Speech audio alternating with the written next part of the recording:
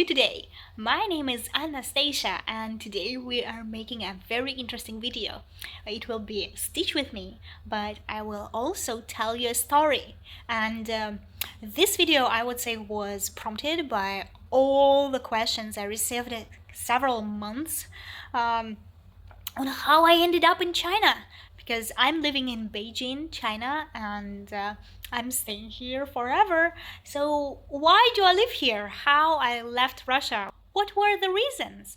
So, people want to know, and I decided to share my 7 year long story. But no one really knows that I didn't end up straight from Russia to China. In between, I lived almost 2 years in Thailand. So today I would like to show you what I'm stitching and tell you a story of what were my adventures in Thailand. So let's see how it goes. So first, for all those stitchy people who is still watching me, I would like to show you my dragon that I'm working on right now. Actually, it's like a brand new project. I just started it today, and with you, I will be doing it. And before, I asked on my Instagram stories, would you like to see another green dragon, purple or orange? And lots of you voted for purple, but since Aaron is picking up the fabric for my dragon project. So then he picked up this pink fabric, which I'm not sure my very light purple, like lavender purple dragon will look good on it. Maybe some parts will blend, so I decided to go in for an orange one. And I already finished like 4 green ones, and you would say, why not another green?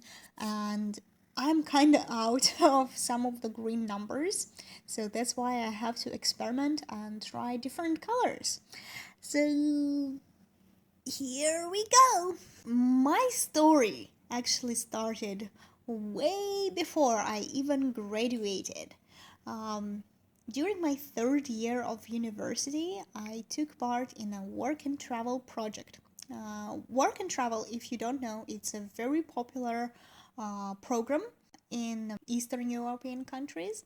You go to a foreign country, maybe America, New Zealand, Australia, and you work there around 3 months or your whole summer, and then you earn your money and can go and on vacation and travel around the country. So I went to America twice. It was a very popular program in my university. Actually, I graduated from Astrakhan State University. It's in my hometown, but my major is a teacher of English and French languages. So it was a faculty of foreign languages. That's why it was so popular. Like almost every year, lots of students went on this program. As long as they had money, because you had to pay the agency around $1,000 just to take part in it, and no one will return you money if you were like visa rejected. And that was like very big red flag for everyone who wants to take part. But a lot of people went, and I was actually lucky. I was lucky to go 2 years in a row during my 3rd and 4th year, because during my 2nd attempt I was supposed to go there with a friend, but her visa was rejected in the embassy. They told her she had a way better English that was supposed to be during the program. Like, what? You're sending people to America to work and you don't want to them to have good English? Like, what is the bullshit reason is that? But whatever. And I need to mention that among the students, the program was popular. Among the teachers, it was not. Like, I would like to say it mildly, teachers hated this program. I still, till this day, I don't know why. Like, there were no reasons for teachers of the Faculty of Foreign Languages to hate students who went to America or New Zealand and who actually improved their English. Because, yeah, there were some who would go there and spend the whole summer just doing nothing and come back with even worse English as before. But some of us actually went there and started speaking for the first time in our lives, like even thinking in the language. And this was a big step for having a nicer English, not just like whatever they are teaching us. And what were they teaching us? So I learned like old English grammar and phonetics. And I mean old English, like 16th century English. We learned all kinds of grammar rules. We learned Latin. But when we went and we started speaking, and we came back and we showed up, they were so unhappy with us. Like, I remember every student who were late after their travel. And I'm not saying like the students came like months late from their travels, because in Russia, this educational year starts in September, like the 1st of September, everywhere. But sometimes the student will come back to Russia like on the 5th or 8th of September, like 8 days after the start of the educational year. You will be a pariah among the teachers for the whole next several years. Like, we were studying 5 years, so the teachers were mad with me for about 3 years that I was studying there, because I went there during my third year. So, third, fourth, fifth year. They were so unhappy with it. And just to set an example, one of my friends came back from her trip 5 days later than like the start of the year. And why not? Like the first days, it's just giving out the books and setting the schedules and things like that. But when she was passing her mid-term exam, her teacher was like, "No, I'm not sure you can pass. You went to your Americas. Maybe you should have stayed there." I was like, "What? Are you serious? Are you seriously saying that to a student who is showing a good English results and working hard?" It's like, what's wrong with you guys? And I still don't understand my teachers. Maybe because most of them were like super old hags. Oh, I don't know. But that was how we were received after going to America. You would say, like, we have to be heroes. Nope.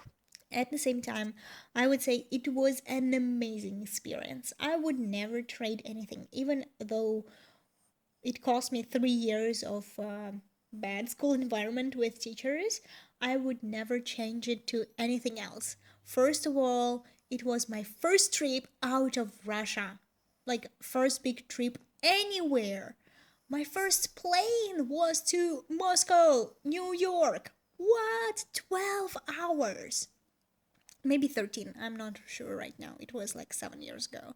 No, this was like 10 years ago. Oh my god. I was 19. That's crazy. But the whole trip was so great. I got to see the new country. I got to experience new culture. I got to see all those places that I have always seen in the movies, and they were real now, right here in front of my eyes. It was an amazing experience. First year I was working in the Mariscota, Maine. I was actually working in at the diner next to Pemaquid Point Lighthouse. And just to say, we were very busy that summer.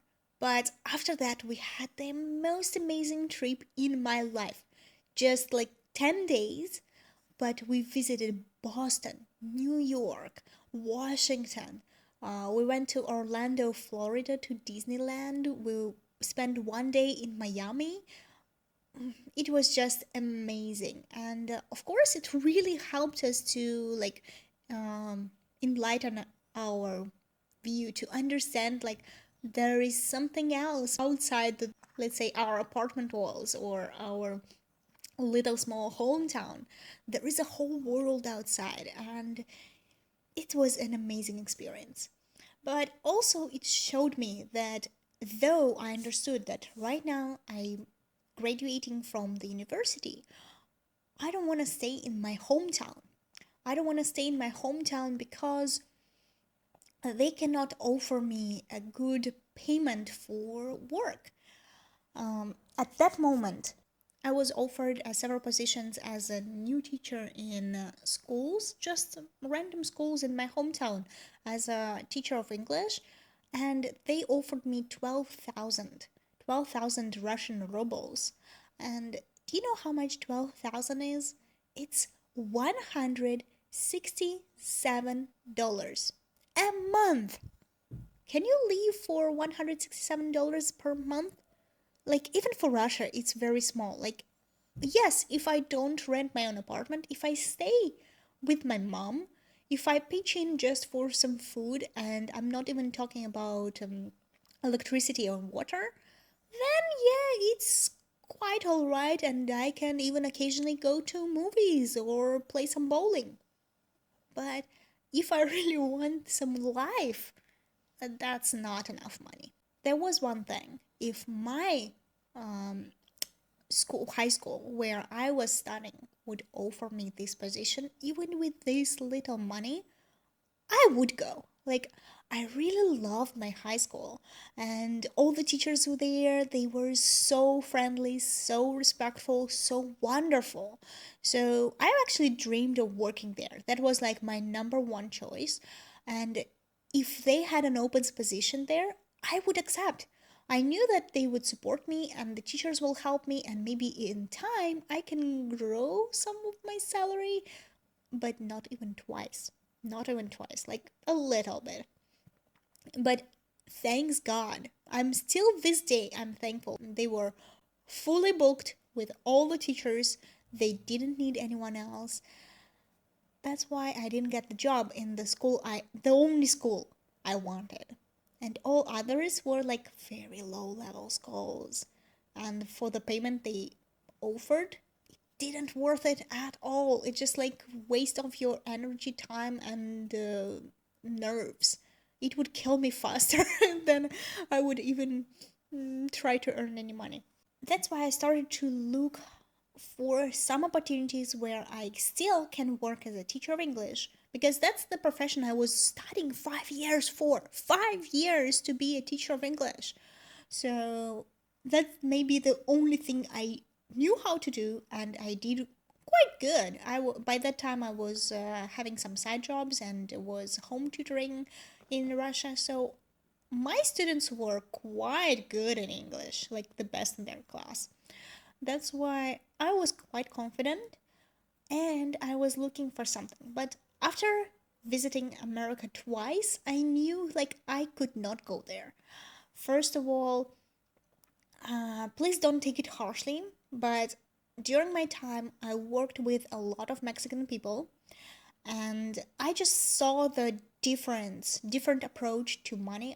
Saw the difference in their, let's say, level of living, how a normal American person would have a house and two cars and nice paid job. Like, I'm talking right now about a teacher.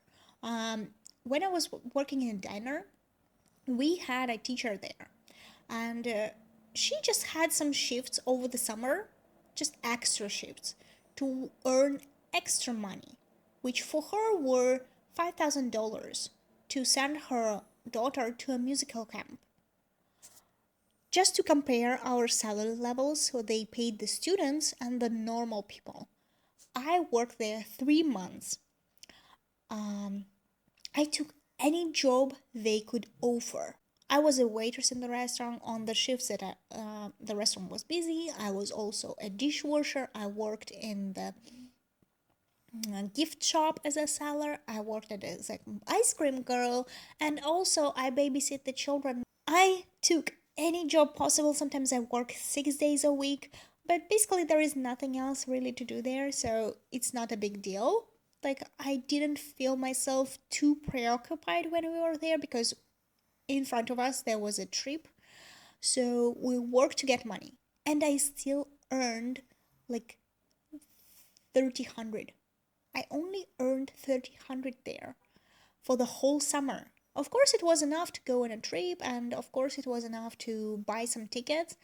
But can you just imagine? Yeah, we paid for our housing and meals and everything, but that's the difference of payment. And I saw a lot of Mexican people also having the same problems. They're struggling.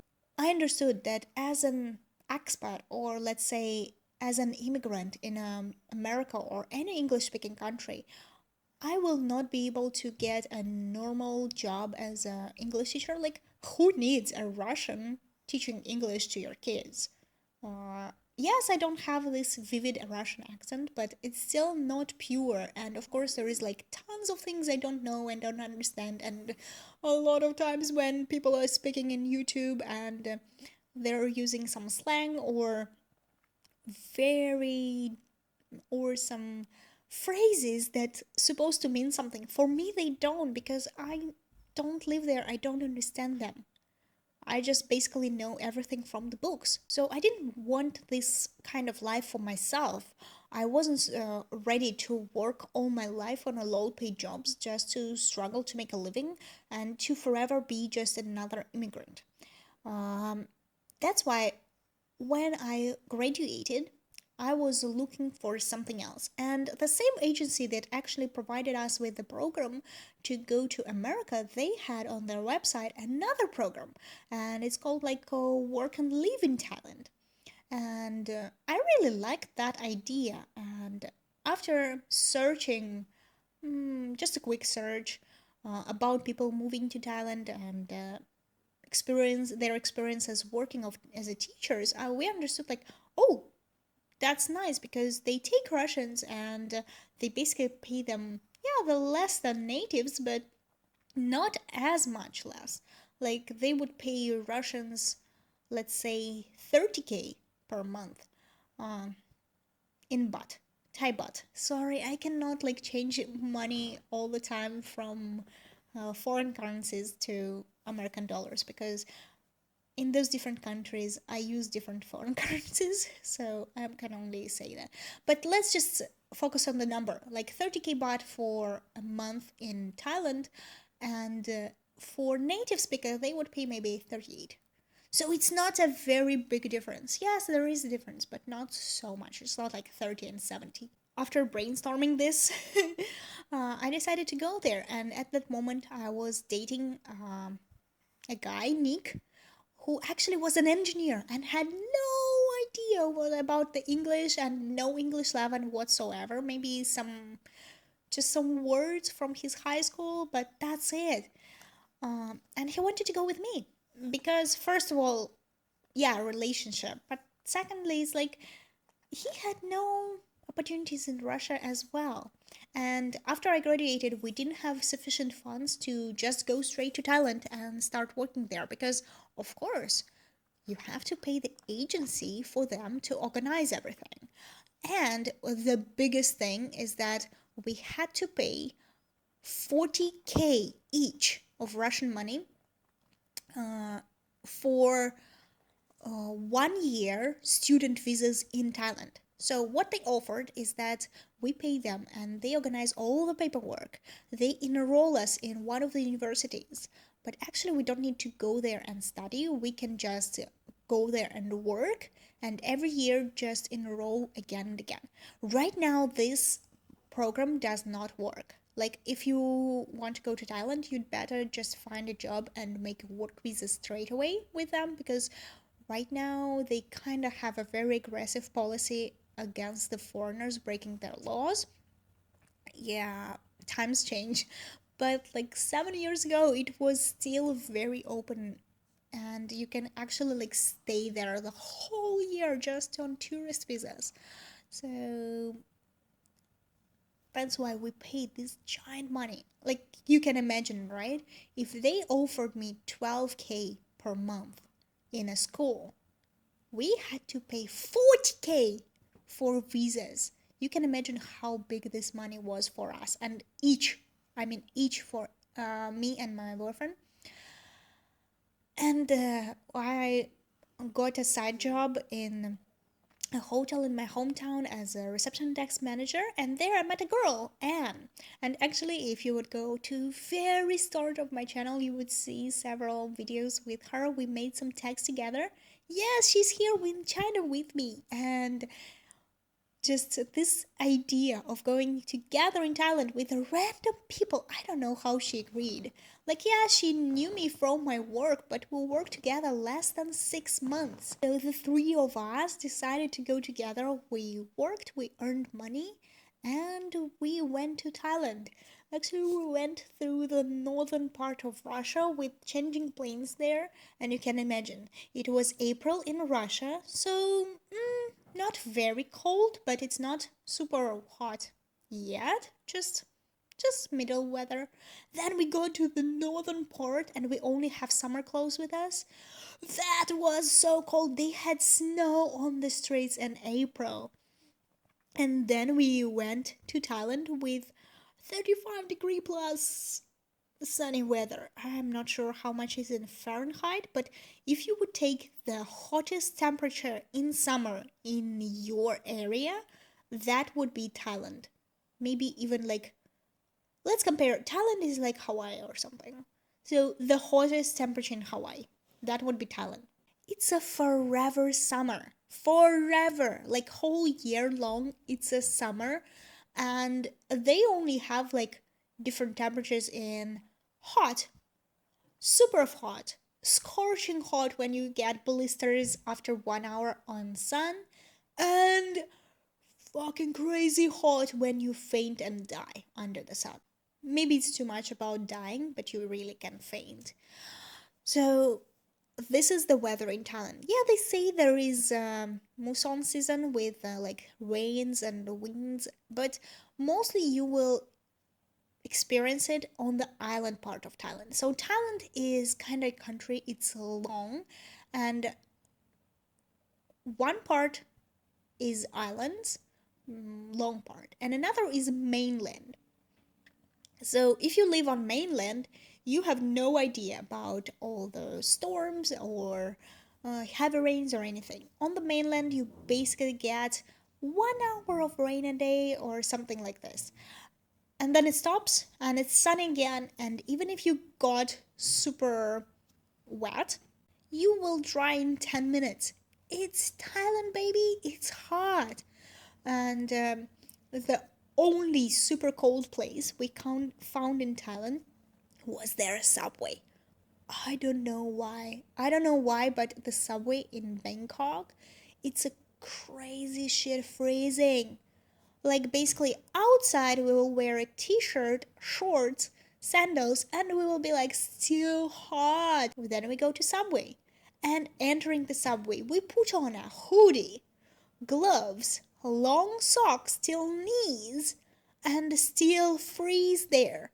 I mean, really, who made these subways and why? Why are they basically the places for penguins? But that's true. And if you think that the temperature was the only thing we have to survive through in Thailand, you are so wrong. First thing happened when we arrived there is that on the second day there, they told us that they cannot make us our student visas. Actually, they told us that we were rejected. Actually, the documents were never even made. Like later on, we would learn that they just took off with our money. And when we tried to complain to the agency back in Russia, they sent us there. They learned about all the contacts. They basically supplied us with all the paperwork and everything. Like what the hell? We lost so much money. Just imagine for the whole trip, me, my boyfriend, we saved up 100,000 Russian money, and in an instant we lost 80,000. We were left with so little money for the first time. Oh my god. And we will have to work the whole month before we will actually receive our first salary. And it's not like the month will start on the day we entered Thailand. First, there was like the whole week of orientation, and we passed the TOEFL test. It's a test that people who want to teach in Thailand or any other country have to actually pass if you ever want to be a teacher in a foreign country. Find your local TOEFL or TESOL. It's translates as a teaching English as a foreign language or teaching English as a second language. It's very interesting because when you work in your country, let's say in Russia, I can explain Russian students in Russian all the English grammar, all the rules, and why, how to make sentences, why this goes here, and whatnot.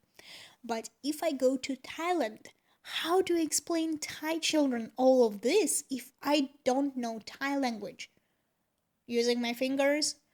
This is an object, baby. The other one is a subject. Count my fingers and understand. No. So basically, this is the program that you really need to take if you want to be a teacher. And also, it actually helps even if you're not a teacher. But because my boyfriend had no idea about any English, I had to take this program for him, and basically I passed two tests and do two kinds of like open letters and homeworks and everything for him, and do all the visa stuff for him. But when we arrived in Thailand, we were like, okay, now we're ready to make our visas and to find the school where we can work. And they were like, oh no, you're gonna work on tourist visas. And basically how it works, every 2 months we had to go out of the country. We make visa runs to Laos, where we will receive another tourist visa for another 2 months, and then we'll come back. And it always was a gamble. It was always a gamble because we always received these stories. Actually, Facebook is very popular in Thailand, so there are like hundreds of groups in Facebook looking in jobs on Thailand and everything. So we received these messages about people cannot come back, were rejected, had to go through from the third country. So we were always scared to go on a visa run just in case our tourist visa will not be extended. Oh my god. So we lost the money, and we were at that moment we were ready to go home. But when we were home and when we were making this plan, can I just say that no one believed in us?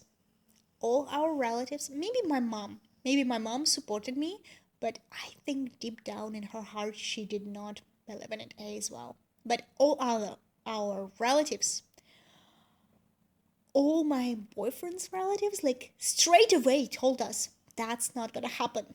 And all our friends and family, they did not believe, they did not think that it could actually work, that we will just go there, maybe stay a couple of weeks, we will not like it, and we will come back. Yeah, we'll lose a lot of money, but shit happens when you're young. No one believed in us. Maybe this was actually what made us stay. Maybe we were just stubborn as hell, so we decided to stay and continue. The first good thing that happened to us in Thailand is that they sent us to a small village to work in a school in the middle of the mainland, like very far from Bangkok. It was like 8 hours by bus from Bangkok. It was in the middle of nowhere. They had no other foreigners for miles around. So we were like stuck there. And why stuck? I mean, we didn't even have Wi-Fi. Like, we rented a house. Oh my god, we had a house for 3 of us, just very cheap. It was village, but it was so cool. For the first time in life, I rented something, and it was a house. But our house did not have Wi-Fi. Not even all the hotels we stayed in had a Wi-Fi. And only the place that had Wi-Fi and it worked so from day to day was school. So we were actually stuck there, like cut off from the world. But it was a great thing. At first, yeah, we what's going on, what's happening to us. But after we came over this initial stress, we realized that's actually a good thing. I have to explain why we were stuck in a village, because the three of us were looking for one school that can accept three foreigners from the same country and even friends. It's very rare in Thailand that they will take several foreigners from one country. Usually, if it's a big school, they will take maybe one or two natives and several non native speakers, but from different countries, like from Europe, from Russia, maybe someone from Korea or something like this. So, usually, they want as diverse teachers as they can, just because I don't know what they're thinking about, but maybe because we're diverse, we won't be able to socialize, and they don't want teachers to chit chat with each other during their breaks and things like that. So when we said that we want three Russians in one school, our agent could only find this place that would accept us as three teachers, and it turned out great. So no complaints there. Um, when we were cut off from the civilization, let's say that, actually it gave us a great opportunity to learn about Thai culture, and it's very different from anything in the world. Like, yes, every culture is different. Like American culture and Russian culture is different, but Thai culture, it's like you go on an alien planet, and that alien planet has talent. So it's like so different.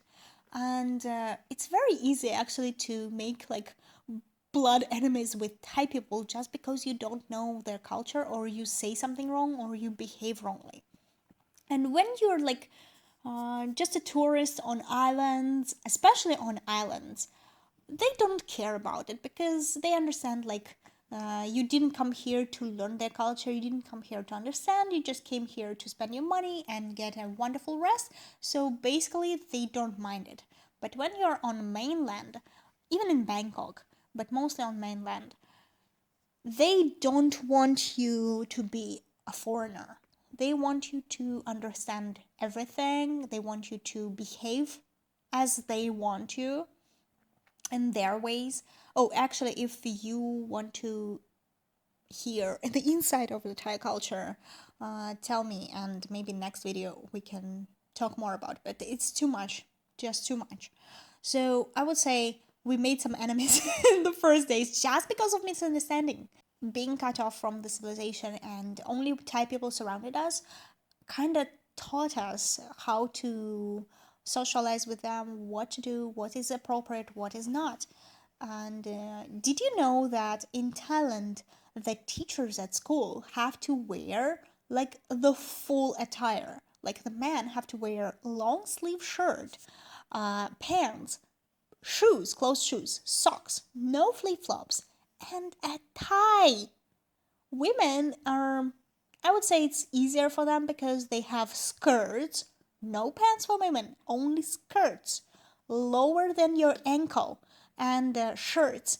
And when I say a shirt, it should be a closed shirt with a very tight neckline. Yes, of course, you can choose a very thin shirt, maybe linen or cotton, like maybe see through. But if you choose something like this, you should be aware that they don't want to see your bra. Like your bra should not be visible. And I'm not talking about like some sexy cups or something. No. I'm talking about bra straps. Bra straps should not be visible through your shirt. How crazy is that? So under your shirt, you have to wear like basically a tank top or a t-shirt to cover your shirt in Thailand with the killing heat. And worse, if you have some tattoos, like you have to wear sleeves, and if you have them on your legs, you have to wear like tights at all times. Non see through tights. This is basically the requirements they ask from foreigners in Thailand. And this is very ridiculous for a lot of people because I don't know how to say it softly, but Thailand is famous for its prostitution. It's famous for it. Like people go there just to do it. And all the whole island part, it's working as a whirlpool of prostitution. The word ladyboy started there. And I'm not talking about like transgenders or something like that. No, it's basically boys who want to become girls to be able to find foreigner and to earn money this way. Let's say like that. So after knowing this, you go to mainland and you get to these very closed-minded communities of Thai people. Very closed-minded. Like they value the purity, they value like the cleanliness of thought and of your body so much. It's like, are we even living in one country right now? Okay, another thing that also happened when we were staying in the village is that we kind of reached Zen. We got so relaxed. Because when you're cut off from the social media, and I'm not saying like take a day off or check your Instagram less. No, when you don't have it, when you're like cut off entirely. This is amazing. I mean, at first, yeah, you feel yourself like a junkie. It's like, where's the Wi-Fi? I need to go and find it. But basically, in the village we were living in, there was our house, other people houses, Buddha temple, the school, couple of places to eat. That's it. No movies, no shopping centers, just some small shops. There was a food market there, but there is no Wi-Fi on food market. So we were cut off from the internet, we were cut off the TV. We didn't watch TV for the next maybe 2 years. The first TV I watched was in Vietnam when we went to stay in Vietnam just to endure the Thai summer. Thai summer is awfully hot. So we couldn't endure it. We went to Vietnam. It's kind of northern than Thailand, so it's better. And we stayed there the whole month just in a hotel. And the hotel had a TV, so we watched it. We watched everything they had. It was like compulsory 2 hours a day of TV. Like we would go to the beach, we'll play volleyball, we would like read books, we'll go around the city, and let's go back to the TV. Like that's how we felt. While we were in that village, there happened a bombing in Bangkok, some terrorist attack. We didn't know that. We like learned about it a couple of days later when we were Skyping with our parents, and they're like, "Oh my God, there is bombing in Bangkok. How are you?" I'm like, "What? We didn't feel this ground shake or anything. It was fine for us." So that how was it? And after 5 months of life like this, like just literally every day, once you get used to no social media, no internet thing, it's every day is such a pleasure.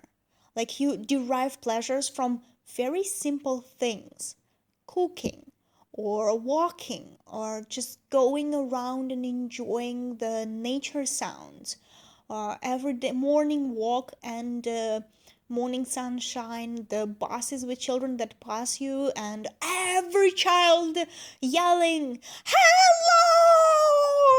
Really, it was like such a pleasure at that moment. Maybe during 5 months there, they had at least 7 festivals. Like every week was a festival there at least.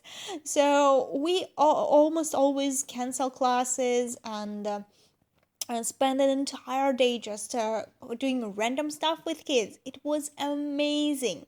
Oh, so teaching in Thailand is very different from teaching in any other country.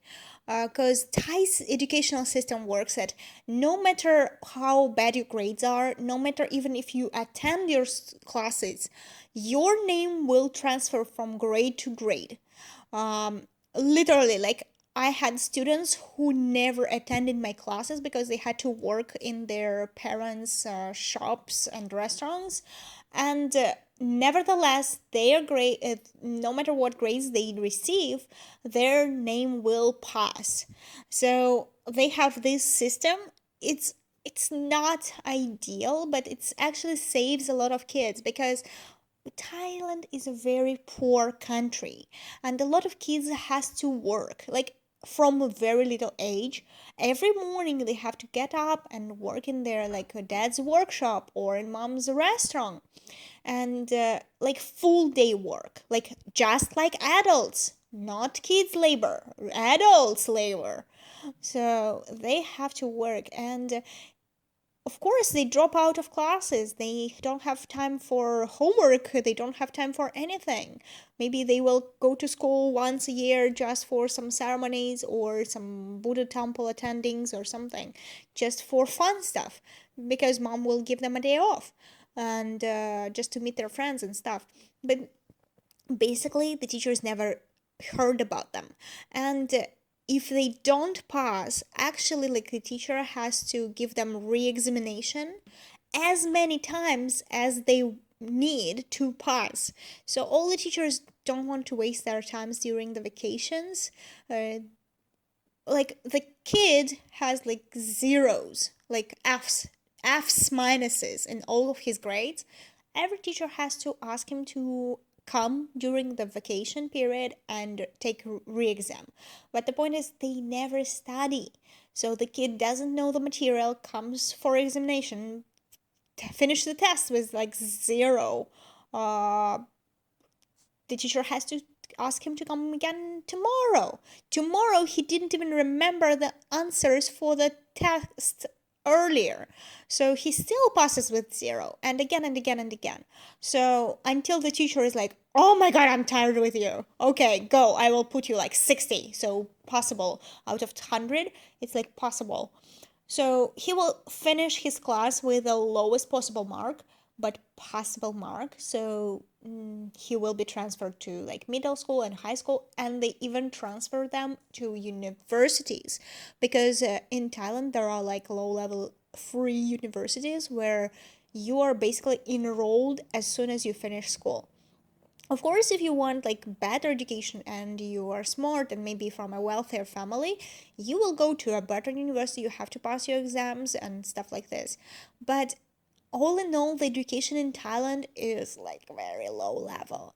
And that is very good for us because at first we started like first 2 months, I basically wrote every single lesson for Nick and myself, like how to handle the class, what goes next, what should he say, where is he going, and what is he pointing at. So every gesture, every word, and then we will like rehearse these classes at home and in front of Anne, and Anne will teach Nick some English more. Like we brought students' books from home for him to study. But he actually caught up pretty quickly because maybe there was nothing else to do. So he finished a couple of students' book in just a couple of months. So that was a very good progress. I don't think he ever studied so hard anywhere else. But in town, you really don't have anything else to do. Like we watched some movies, we walked around, enjoyed the nature, spent hours watching geckos playing on our deck. That's it. So, yeah, he studied very hard, and after 2 months, he was able to conduct classes. Now, 7 years later, he is one of the best teachers I know up to date. Like, yeah, he doesn't have teacher's education, and maybe he's not so profound in like grammar aspects and things like that, but he is very good at interacting with kids and making the kids pay attention to the class and catching their vibe and just teaching basics of speaking, of reading, of even grammar, like easy grammar for kids. So he is one of the best teachers I know right now because he really wanted to stay there. He really wanted to um, stay as much as he could. At first, we thought we would stay in Thailand for most of our lives. We even thought like of buying property there because you can't stay there unless you have some property, or like actually people with on a pension, like pensioners, they can prove if they have 1 million in their bank account, they can have like pensioners visas, but they have age restriction. Is like you have to be over 60 and you have to have money. But basically what people do there, like foreigners, they just pay the agency that gives them the paper that they have 1 million, and maybe they pay like 10,000. 10,000 Thai baht, not dollars, 10,000 Thai baht for 1 year, one whole year. You remember when I said we were supposed to pay 40,000 for student visa? These people pay 10,000 for their paper that they have sufficient bank funds, and they can stand there the whole year and just enjoy their life. And a lot of actually Americans, senior Americans and British and Australians go there for retirement. Uh, they take their like Thai wives and they take their Thai wives. And basically, they work as Thai maids, but they are wives. So these women, they are fully supported, and maybe the foreigners help them open their like small shops or their business. But they cook, they clean, they take care of this man. So why not? If I would be a senior man, lonely, no family, that would be ideal life. You're living in a paradise every day. Like maybe you have extra classes, maybe you don't even need them because your small pension in America lets you live in Thailand like a king. I don't know if I have been this genuinely happy ever since I left Thailand. Yeah, it has like pros and cons in living in a very hot country, but this is a genuinely happy country where people are enjoying their everyday, and where you, if you catch the mood and you live long enough, you don't bother about like little things. You don't bother, you don't stress out. No one have depressions there. That's like one of the gifts of those countries. They don't suffer from our usual like mental things.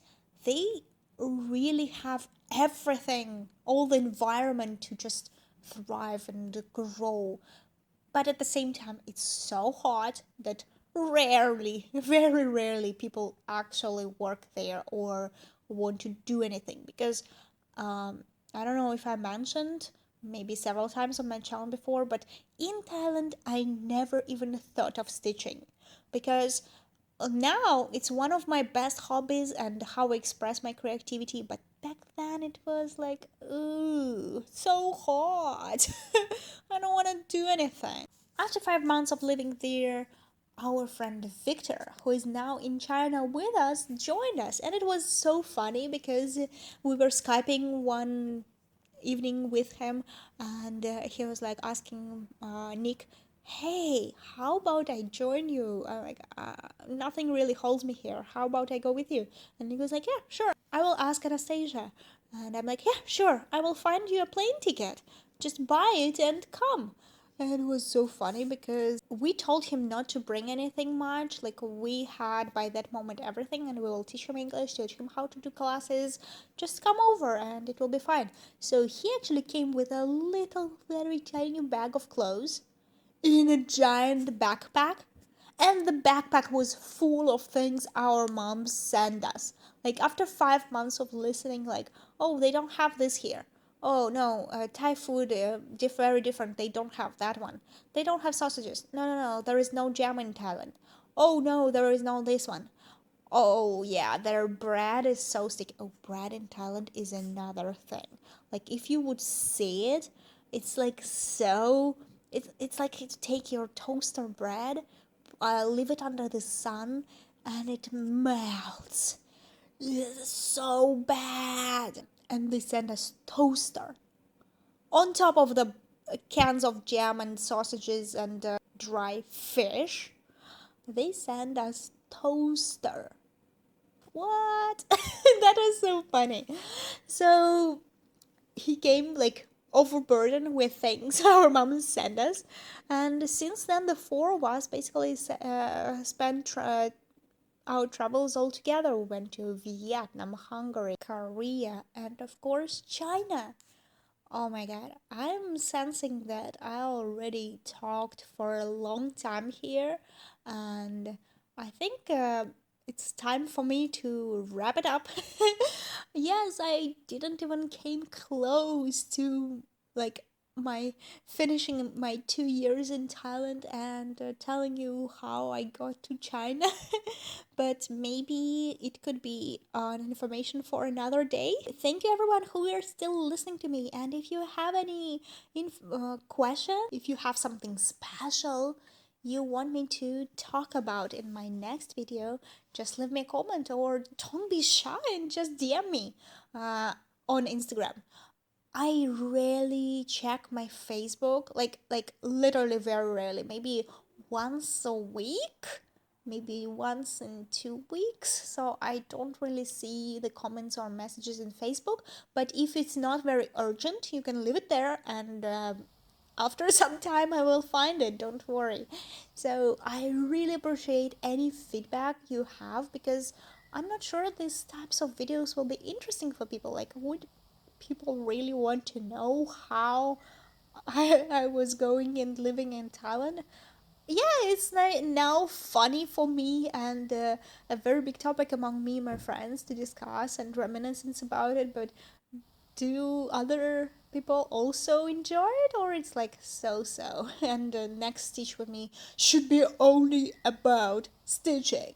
So I will be waiting for your replies, and thank you everyone, and see you.